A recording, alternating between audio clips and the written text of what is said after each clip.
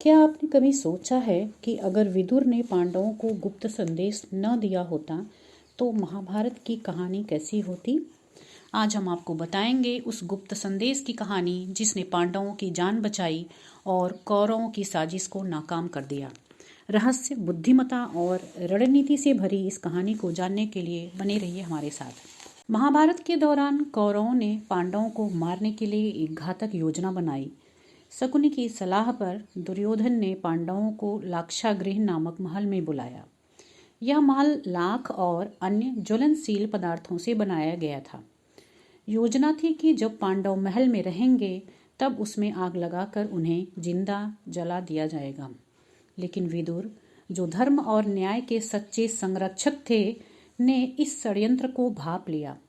वे जानते थे कि कौरवों की यह योजना पांडवों को खत्म कर देगी। विदुर ने पांडवों को बचाने का फैसला किया, लेकिन सवाल था कि ऐसा करें कैसे। विदुर ने एक गुप्त संदेश तैयार किया। यह संदेश पांडवों को सीधे तौर पर नहीं दिया जा सकता था, क्योंकि कौरव हर बातचीत पर नजर रख रहे थे।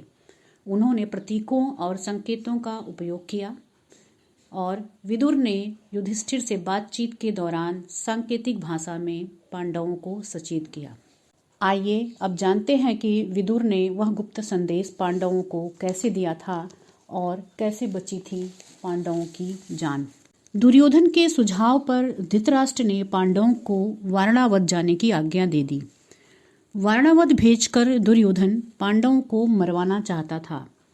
उसने अपने मंत्री पुरोचन से कहा, पांडव कुछ दिन तक वारणावत में रहेंगे, तुम पहले ही वहां चले जाओ और नगर के छोर पर सन, राल और लकड़ी से ऐसा भवन बनवाओ जो चिंगारी लगते ही भस्म हो जाए। उसकी दीवालों पर घी, तेल, चर्बी और लाख मिली हुई मिट्टी का लेप करा देना।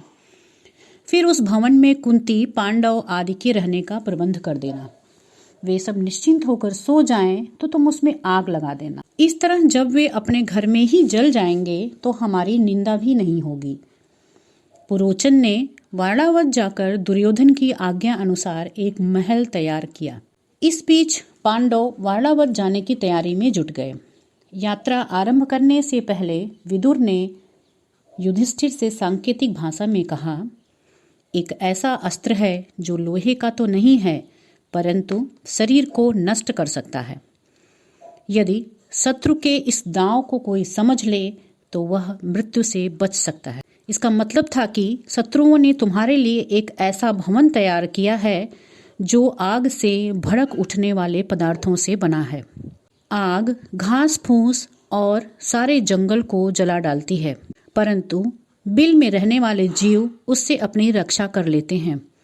यही जीवित रहने का उपाय है, अर्थात उससे बचने के लिए तुम एक सुरंग तैयार करा लेना। तीसरा संदेश था, अंधे को रास्ता व दिशाओं का ज्ञान नहीं होता। बिना धैर्य के समझदारी नहीं आती है। यह बात भली भांति समझ लो, अर्थात दिशा आदि का ज्ञान पहले से ही ठीक कर लेना, जिससे रात में भटकना न पड़े।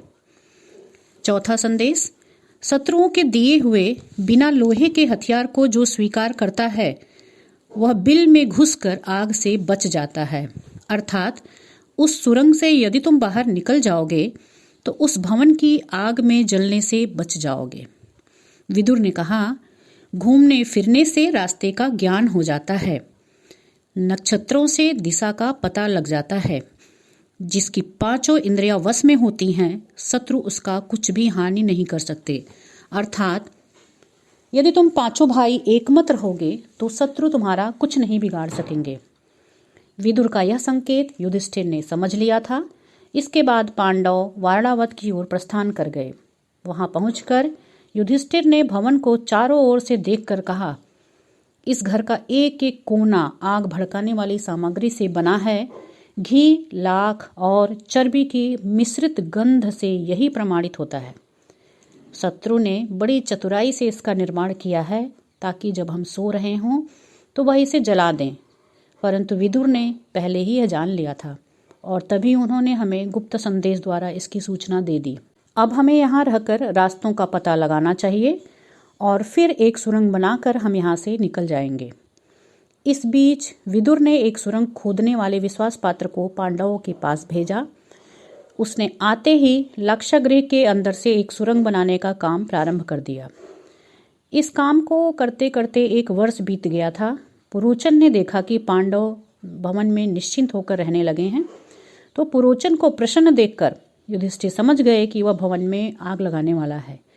इसलिए पांडवों ने तय किया कि वह तत्काल सुरंग के रास्ते निकल जाएंगे। एक दिन कुंती ने दान देने के लिए ब्राह्मण भोज करवाया।